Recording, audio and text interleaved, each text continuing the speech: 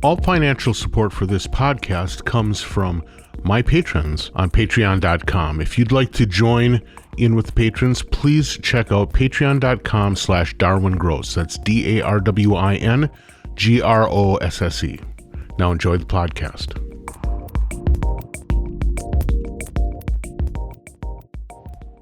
Okay, today I get a chance to talk to somebody that I reached out based on a PR slip that I got from my friends over at Modularfields Records. They sent out a notice about a new release coming from Rachel Palmer, and I got a chance to hear one of the preview tracks and was into it.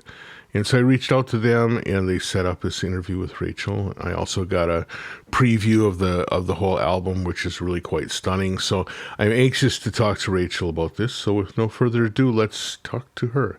Hey, Rachel, how are you? Hey, I'm doing well. How are you? All right. Hey, thanks a lot for taking the time. This is actually the day after election, so I think everybody's got a little edge to their voice. So hopefully I don't sound like I'm ready to like rip out of control, but I'm just kind of barely holding it together. So I apologize ahead of time. Yeah, likewise. We've been following the election since 6 this morning over here, which was... I think like 11 p.m. or midnight over there. And right. That's when it just started getting exciting, or not, depending on your perspective, I guess.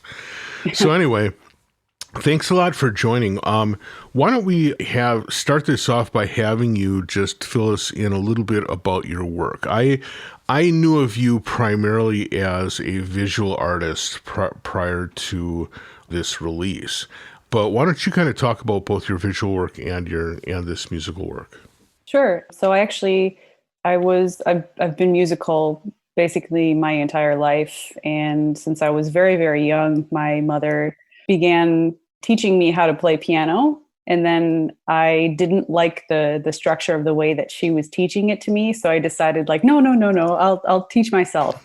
And it kind of rolled from there. So it started with piano and then humming little tunes. And then I started playing acoustic guitar and then doing like the singer-songwriter thing at open mic nights at coffee shops and all that fun stuff as a teenager. And then slowly got into electronic music. So I was making just like ambient, whatever kind of experimental electronic music with, I had a digital Roland workstation with 8 tracks on it that recorded on zip disks. Oh, wow. Yeah. And just a random Yamaha keyboard. And then we had an actual piano in our home as well. So I would record certain things and then play them back and loop them, distort them, and all of that. So I think the creativity came at a young age. But yeah, going into the visual aspect of things, when I was living in Minneapolis, there was a point where I got into like the house and techno scene. Mm-hmm. I thought, man, this music sounds so cool because I hadn't really heard of it and I really connected with it. So I tried to mimic it, and I tried to force myself into creating this like techno house, whatever style of music. And it became so frustrating because I lost like the therapeutic aspect of being able to compose. It became more of like work. And then it was like disappointment because I couldn't make it sound good, at least from my perception. And so I got so fed up with trying to write music that didn't fit that I said, screw this, I'm not writing anymore. But I wanted to stay creatively active because I kind of lose my mind if I don't have that creative outlet. So I thought, visuals aren't really that predominant in the house and techno scene. So I thought it would be cool to learn how to do that. And I Googled it and found a couple of programs, and like 6 months later I was creating visuals, and it kind of just took off from there. Wow, that's wild. That's actually really interesting too. That it kind of stemmed out of the house and techno scene here in Minneapolis. I mean, Minneapolis was kind of a hotbed over the years for some of that. That's really cool. So then, but you're not in Minneapolis anymore, so. Yeah. So for otherwise, I would have seen you. Yeah, that's true. So for a handful of years, I think it was 2000, I don't remember when it was, but for 2, 3, 4 years, I was doing visuals at like techno warehouse parties Hmm. and was like the technical, but not really technical visual crew member of System, which is a local record label there in Minneapolis.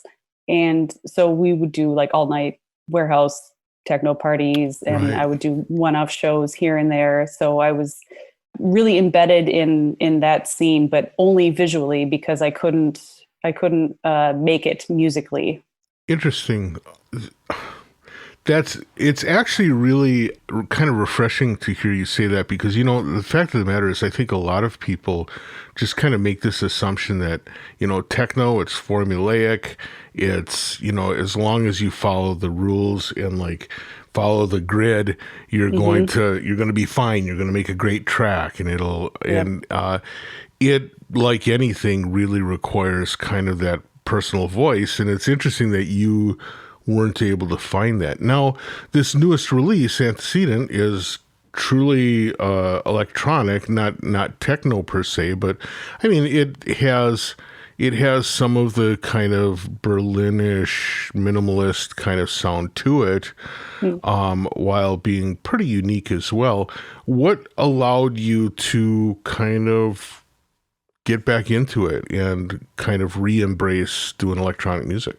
Well, that's kind of the whole reason for naming the album Antecedent, because it means something that has existed before, or one thing that logically precedes another. Hmm. And in 2018, I met the love of my life, who you know and who have interviewed before, Marco Petracca, also Marco, known as yeah, Hanoi. right. He says hi, by the way. Oh, great. So we actually met on Instagram of all places, Hmm. and he liked my visual art, and I liked his music, and we kind of built a relationship off of that. I mean, within that same year, I ended up moving overseas because he was the one, and with finding that love and with finding like a true sense of home and belonging, and experiencing new culture of moving to Germany, that really reinvigorated my inspiration to continue writing music. So that's basically where the music took hold again. That's cool. That's really wild. And I know that I had seen the visuals that you had done for Marco's work, which were really quite beautiful. Are you planning on doing any kind of visual work to go in conjunction with this release? Absolutely. Yeah, I actually on October 30th released the first single from the album, along Hmm. with a music video of my visuals as well. Great. Yeah, and there's a booklet that's also coming out with the specifically on Bandcamp with the purchase of the vinyl bundle, and it's an A4 28-page booklet that has notes about like my process and all of that, but it also includes some of my artwork, and then a few of the printed artworks can be viewed in virtual reality, which is really Wow. cool. All you need is a smartphone, and then you download an app. All the information is in the booklet itself, and then you can actually see the pictures come alive through the application. That sounds amazing. How did you get tied into that? That seems like I mean, it seems natural, but at the same time, it seems like kind of a technological reach too. So, Yeah, well, I'm not really sure how I got into that. It might have it might have just been some other visual artists that I've been following for a while. They did some virtual reality posting somewhere, and I thought, wow, that's awesome. Let's look into that. did you do it Um, yourself, or did you have someone else work it up for you? no, I did it Oh, myself. geez. The application it's called Artivive, and they just basically host the images and the videos that the artists provide. So Got it. but the visuals that I created, yeah, I don't know. I've always really enjoyed digging into different software applications and kind of messing with all the parameters to see if I can create something cool, maybe in an unconventional way. And so the visuals I actually make with an application called Quartz Composer. Yeah. Oh, you've heard of it? Oh, yeah. It's the Apple thing. Yes. Yeah. But obviously it's meant for like making screensavers or Right. for like animating applications. So I'm kind of using it in a different way than what it's Misusing it intended for. usefully. Right. Yeah. Yeah, That's yeah. cool. But it's no longer supported by Apple. So Right. I'm stuck in the dark ages. I can't update my computer or I'll lose half of my work. That's unreal. Well, I have a bunch of questions already, but before we get into it, one of the things that I like finding out about people is a little bit about their background. And you kind of talked a little bit about it in regards to music making, but I'm kind of interested in maybe going into a little more depth. I mean, it sounds like you were kind of put into piano lessons and kind of found your own way. And you were kind of put into the rave scene and then you found your own way. I'm a little curious about what in your background kind of led to that? And also, what were the events or who were the people that maybe opened your ears and opened your mind to electronic music? Some of your stuff is kind of on the edge of experimental sounding, but some is very also cinematic. And I'm just wondering, where are some of those influences come from? Because you clearly, what you're doing now is a long shot away from singer-songwriter in a cafe. So I'm kind of curious, what are the influences that got you to where you're at now? Well, at a very young, well, not very young, but at a young age, I was introduced to Aphex Twin. So that was a very, yeah, absolutely. And another name that comes to mind is John Bryan. He wrote the soundtrack for Eternal Sunshine of the Spotless Mind. And I really enjoyed cinematic value that music created. Like it created a moment that you could even just listen to and have a feeling from it. And as for finding my own way, it could be related to I'm the youngest of five, so I grew up in a pretty large family. But of course, being the youngest, you're kind of just following in everybody else's footsteps. So maybe it gave me a little bit more ambition to find different things for myself. To map your own route, That's really interesting. Now, you said that as you kind of developed your video or your visual skills, you started working with a system here in Minneapolis, as well as just doing your own gigs. Let's talk a little bit about your development as a visual artist, because the fact of the matter is, there is no clear map for how you become sort of a live visual artist. Some people come at it from music and then just find. I always joke that if you know both music and video, you'll almost never get asked to do audio gigs, and everyone will ask you to do visuals for their gigs, right? Yeah.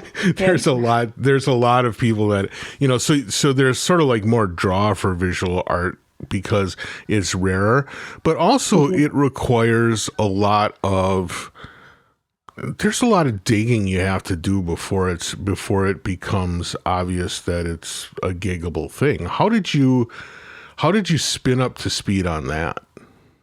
Well, luckily, I was already friends with people within the scene in Minneapolis, and they were very supportive of me just even tinkering around with the first couple of visuals I made. Okay. So I was able to luckily already be in the scene and be welcomed and be able to try out different things on a large scale, like in certain venues in Minneapolis.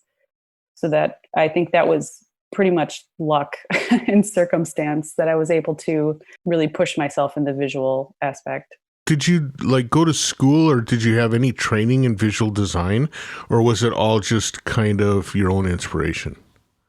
No, I don't have any classic training. I essentially learned how to create visuals by watching tutorials and then also joining a Facebook group where I could ask silly questions and all the super nerds who are into Quartz Composer would be like, oh, I totally know this answer. And it was really, really helpful. And then I got to the point where I could answer those questions. And I was like really feeling like, yeah, I'm amazing at this.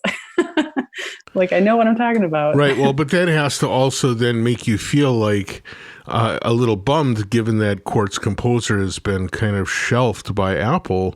I mean, that's, I guess if your art is like playing guitar, you don't have to worry about the world stopping and saying, "Oh, we're not making guitars anymore," right? Mm-hmm. Yeah, exactly. But when you're software focused, that is a real potential problem, isn't it? Yeah, it absolutely is. And I know that there are applications that I could use, like processing or touch designer. I can move onto those platforms at some point, but I don't know. I'm just really comfortable with Quartz, and I really like the way it feels. So I'm stuck using software from 2015. We'll see how far it gets me. It's a little bit heartbreaking because it's, and especially with the electronic arts in general, there's this kind of whole history of kind of the sadness of stuff becoming unavailable. For a while, I spent some time around Woody and Stana Veselka, who were doing like early video art things and stuff. And I actually worked with Corey Metcalf, who worked on redoing some of the software that she hadn't been able, there were compositions she hadn't been able to do for 15 years because the software or the hardware pieces didn't exist anymore. And she literally couldn't perform them because they were dependent on the hardware or software. And it was really, it was really horrifying to see that. And while we were able to get something that worked and allowed her to do the compositions, each time you make a transition to new software or new hardware, it changes a little bit. Nothing is exactly equivalent. And so you lose something in that translation. Yeah, it kind of feels like holding everything together with duct tape. Yeah. Like it will hold, but not forever. Well, at some point you're going to be kind of waylaid just because you're not going to, all of a sudden nobody's going to be able to deal with a signal that's not an 8K signal. And, you can't produce that anymore because the software was never intended to be able to handle that. Yeah. Change is inevitable. Change is inevitable, yeah.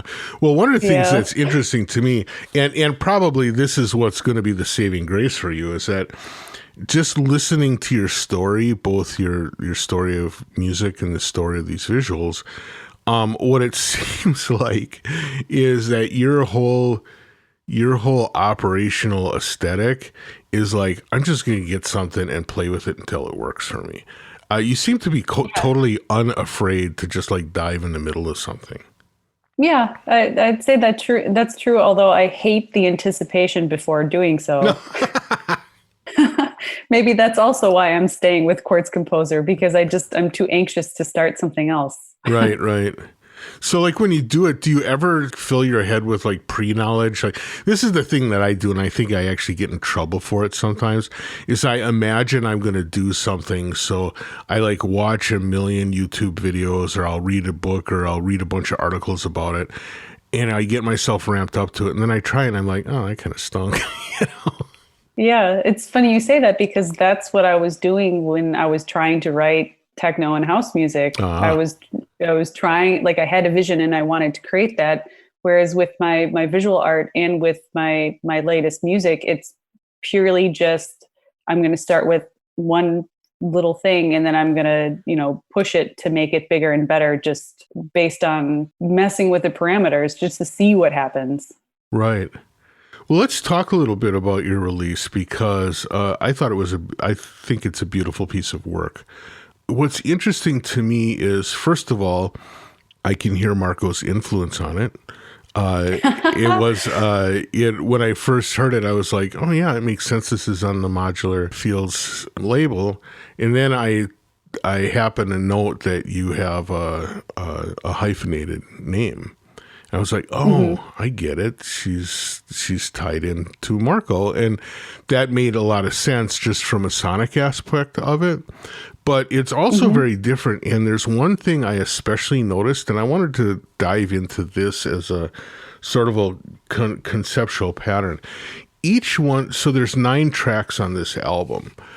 I found it interesting that in each one of them, kind of the sonic space was different. And this is something that is like it's different from what I normally hear people do. Normally when I hear people, they put out a release, there's like this sonic milieu that everything sits in. And generally it's like certain kind of effects combinations, or often it's really especially like a certain reverb effect that just like fills the background and is very peculiar for everything in the whole release. I noticed that each one of these tracks has, I mean, like right from the beginning, it establishes its own kind of sonic place.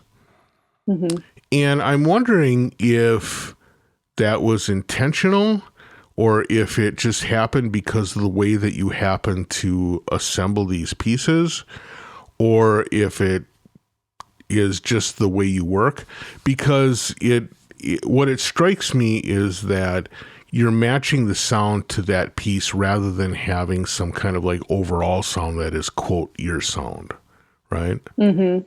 Yeah. Do you see what I'm getting at? Well, yeah. I think I understand how they all kind of have, maybe it's my signature sound, I guess. Yeah.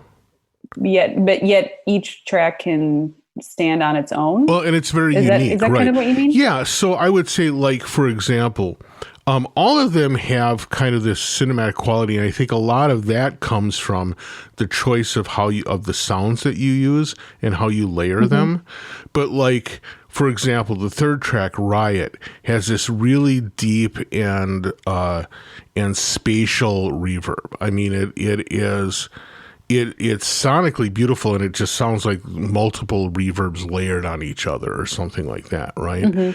But another like Accretion, it's much more focused and close, and again, the layering and the note selection and the sound selection locks it into being part of this release, but it's a completely different sonic environment. It's really interesting, and in some cases that would be jarring, but because you have other connecting bits, somehow that difference in background environment is really kind of refreshing. Well, thank you. It's definitely not intentional. Okay. I think it's, well, I mean, my process is basically starting with a sample or a sound and then really just tweaking it and pushing it to become something that I find interesting.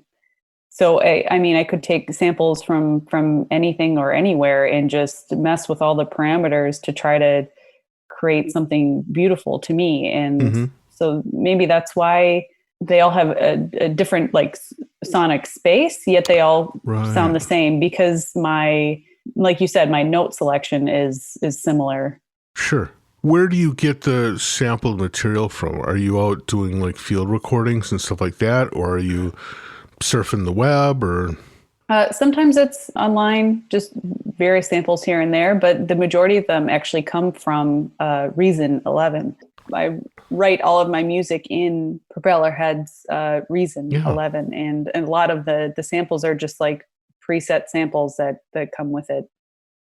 That's amazing. Boy, I wouldn't have guessed that in a million years. And I think some of it is, again, there's so much orientation in music making of like, this music comes from this tool using this formula in this way, right? And I would say your music definitely does not, to me, sound like, quote, Reason music. But you're probably happy to hear that. But, yeah.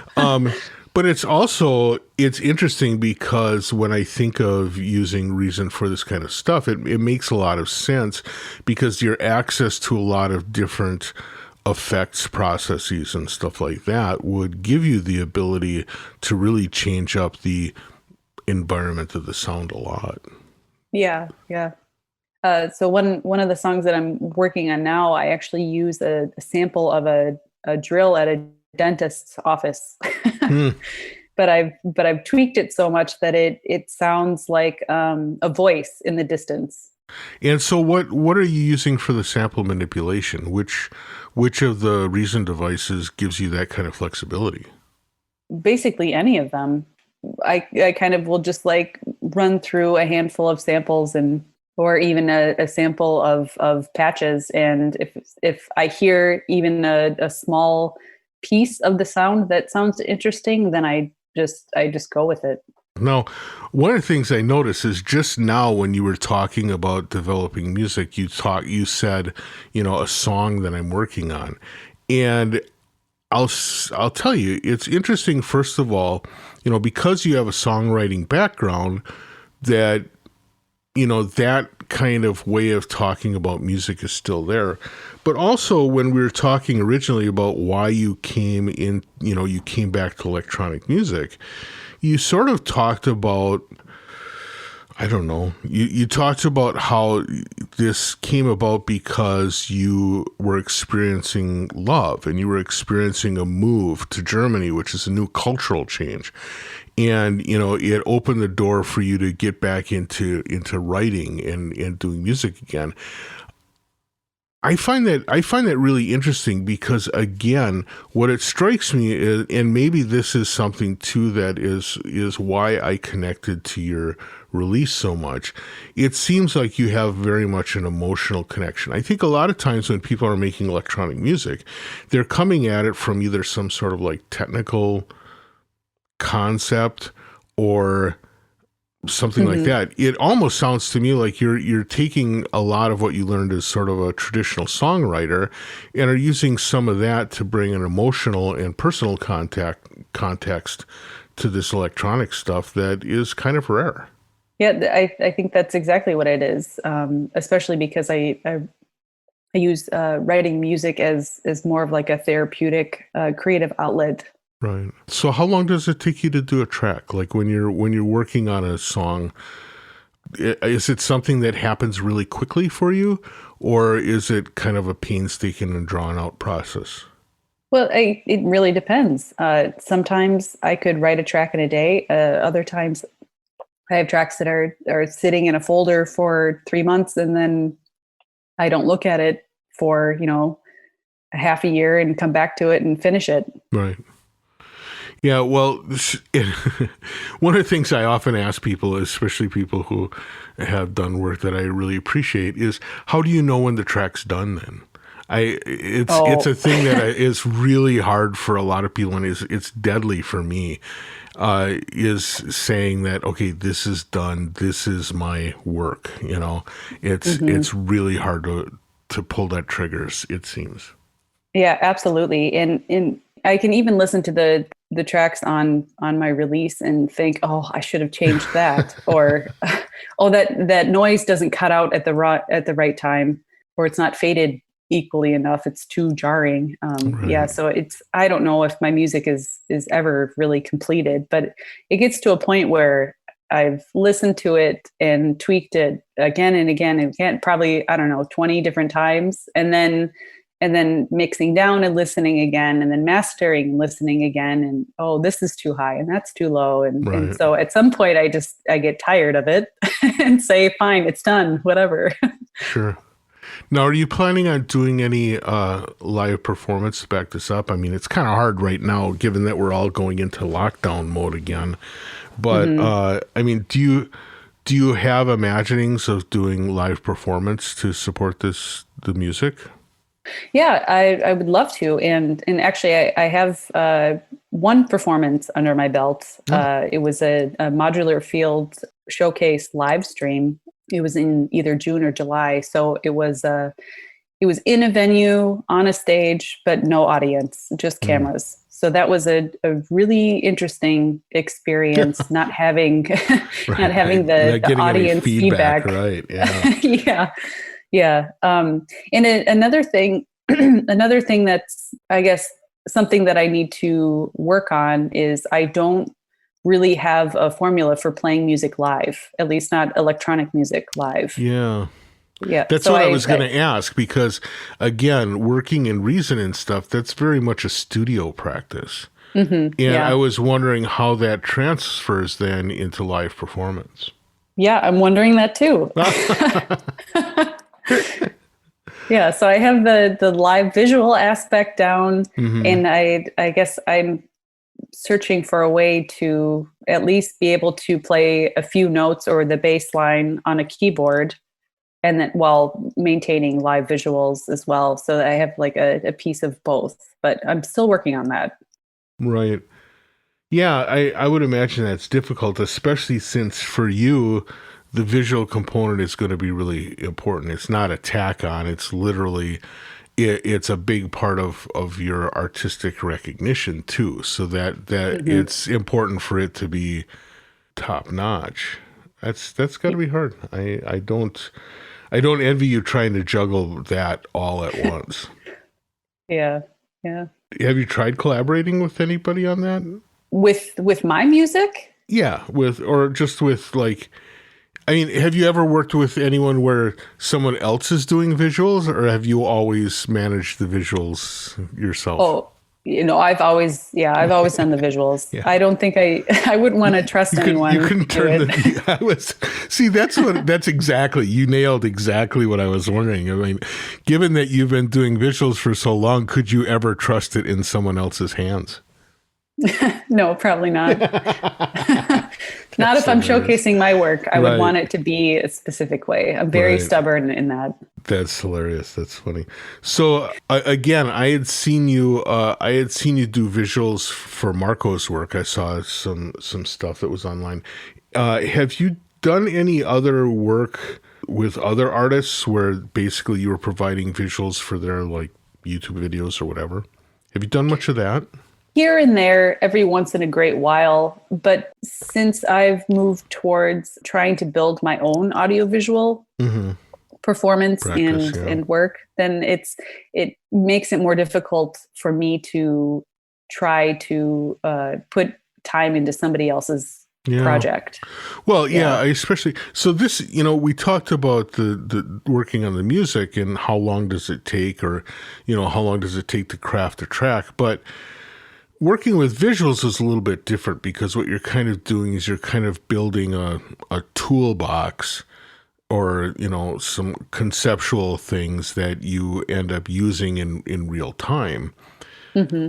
It's a little different of a thing. And how long does it take you to develop a visual component that's useful? I would think that I that's not something that you just pop off in a day. No, no, definitely not. My visual performances, it's basically one set that I've continued adding and changing over years. Mm, So it's really I don't really make that many newer visuals these right. days. I'm more so just building off of what I've created in the past, Sure. which brings new visuals in itself, Uh-huh. just with the same guts, I Got it. guess. And then do you use like a MIDI controller or something like that to do hands-on, or is everything done off of the screen? Well, I would love to use a controller, but I haven't found anything that has really worked for me. So I'm using my keyboard Mm-hmm. and a mouse, unfortunately. Jeez, wow. Yeah.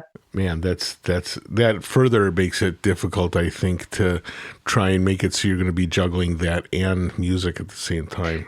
Yeah, absolutely. It's really quite amazing. Unfortunately, our time is just about up, but before we go, I'm just wondering what have you got in the pipeline? You talked about already kind of working on some new tracks. Are you working on a next release already? Are you working on some new visual magic? Maybe trying out some new software? What's on the laboratory bench for you? Well, I'm definitely continuing to write more music because it's kind of very much flowing out of me like a waterfall at the moment. So I'm going to keep writing that until it dries up, I Yeah, guess. right. And yeah, I'm just really looking forward to the lockdown and pandemic to kind of subside, so I can get back up on stage. Not only just to get back on stage, obviously, I would love the world to be at peace and lives to be saved. but I'm really missing the on stage presence and performing really. Yeah, performing and seeing performances. I miss so badly watching other people's work and being influenced by others as well. That's such a great point. For people that are interested in learning more about your work, both your visual and your audio stuff, what's the best direction to send them? Well, I update my Instagram account most often. Okay.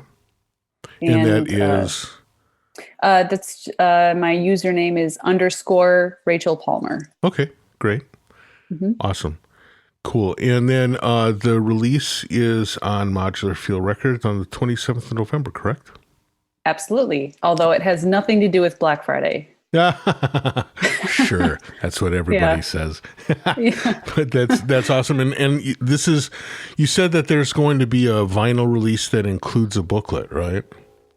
Yes. Yep. And that's the same release, but it's only if you purchase the bundle on Bandcamp. Right. Okay, fantastic. Well, Rachel, I want to thank you for having this talk. It was really fabulous to get to know more about your work and your process. Looking forward to more releases. Again, I'm a huge fan of Antecedent, and I look forward to more. I also look forward to more opportunities to see your visual work as well. Well, thank you. Thank you for having me. All right. Well, with that, I'm going to let you go for the day. Have a good one. Thanks. Bye-bye. Bye.